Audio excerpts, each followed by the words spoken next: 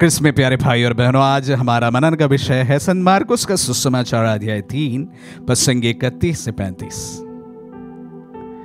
उस समय ईसा की माता और भाई आए। उन्होंने घर के बाहर से उन्हें बुला भेजा।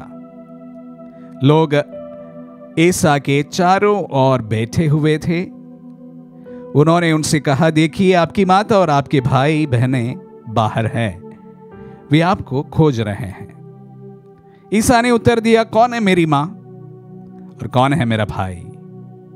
उन्होंने अपने चारों ओर बैठे हुए लोगों पर दृष्टि दौड़ाई और कहा, यह है मेरी माता, मेरे भाई। जो ईश्वर की इच्छा पूरी करता है वही है मेरा भाई, मेरी बहन और मेरी माता।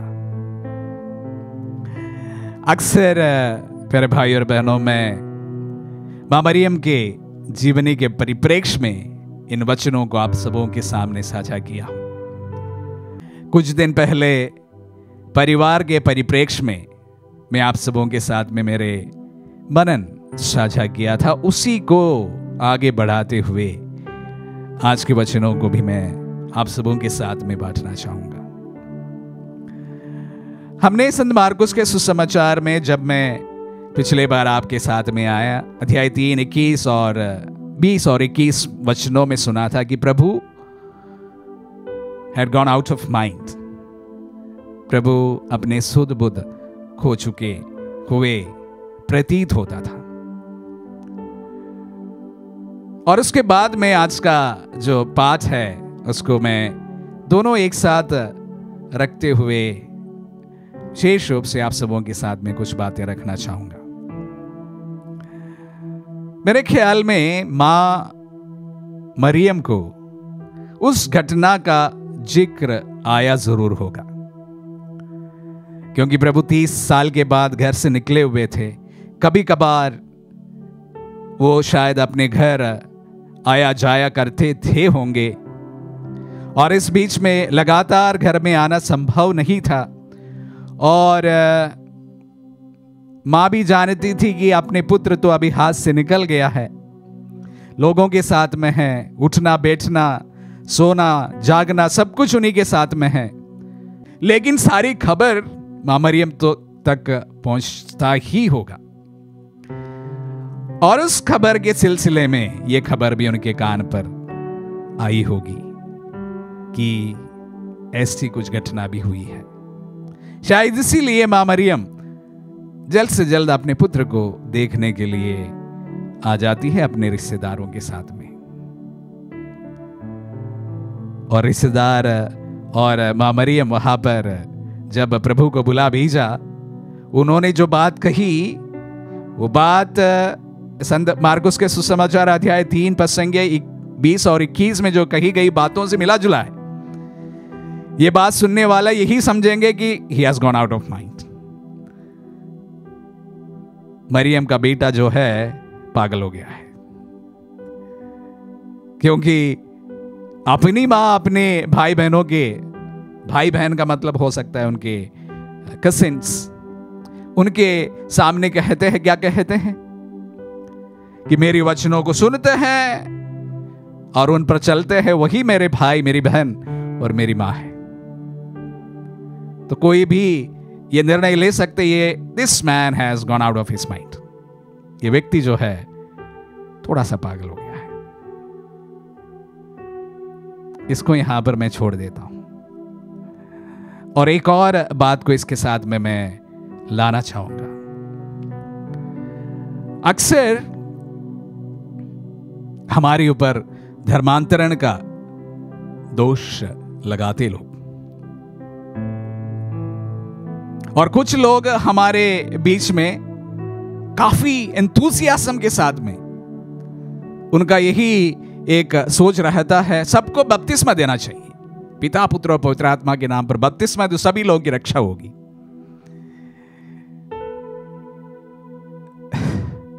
आज के जो वचन है कुछ और बातें कहते हैं। यह है मेरी माता, यह है मेरे भाई। जो ईश्वर की इच्छा पूरी करता है वही है मेरा भाई, मेरी बहन और मेरी माता।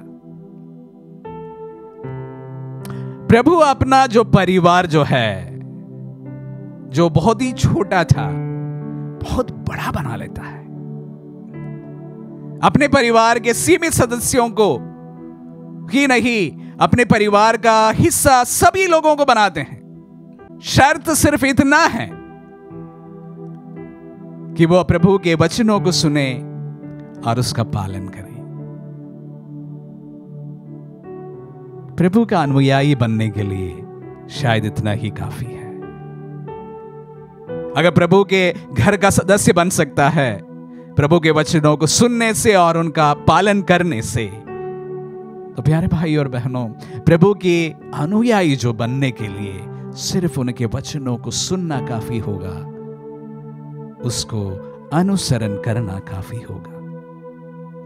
अपनी अपनी छोटी छोटी कलीसियाओं के संख्या बढ़ाने के लिए आप किसी भी कार्यक्रम को लगा लीजिए, कर लीजिए, लेकिन प्रभु का अनुसरण करने वाला वही प्रभु के घर पर प्रवेश कर सकते हैं। भले आप कैथोलिक हो, बैप्टिस्ट हो, प्रोटेस्टेंट हो, नॉन क्रिश्चियन हो, कोई भी हो, प्रभु के स्वर्ग राज्य में प्रवेश करने के लिए प्रभु के कहे गए राह पर चलना अनिवार्य है। यही एकमात्र रास्ता है। और प्रभु क्या कह गए हैं? प्रेम करें, एक दूसरे को प्रेम करें, अपने दुश्मनों तक प्रेम करें। वही एकमात्र रास्ता है। बाकी जो छोटी छोटी चीजों के पीछे हम भागते हैं, शायद वो हमारे जो पंथ है, हमारी जो संस्था है, उसके संख्या बल को बढ़ाने का कोई बात हो सकती है। अन्यथा प्रभु के राज्य में प्रवेश करने के लिए प्रभु के वचनों को सुनना और उस पर अनुसरण करना ही काफी होगा, क्योंकि प्रभु ने वचनों में कहा गया है, जो मेरा वचन सुनता है, अनुसरण करता है, वही मेरी मां है। मां से बढ़कर प्रभु के जीवन में कोई था ही नहीं। अगर किसी व्यक्ति को उनकी मां बनाने के लिए सिर्फ उनके वचनों को सुनना और उन पर अनुसरण करना हो, तो यकीन मानिए प्यारे भाई और बहनों, उनके स्वर्ग राज्य में प्रवेश करने का एकमात्र तरीका है उनके वचनों को सुनकर उनका अनुसरण करना, प्रेम करना, प्रेम के राह पर आगे बढ़ते रहना। आमीन।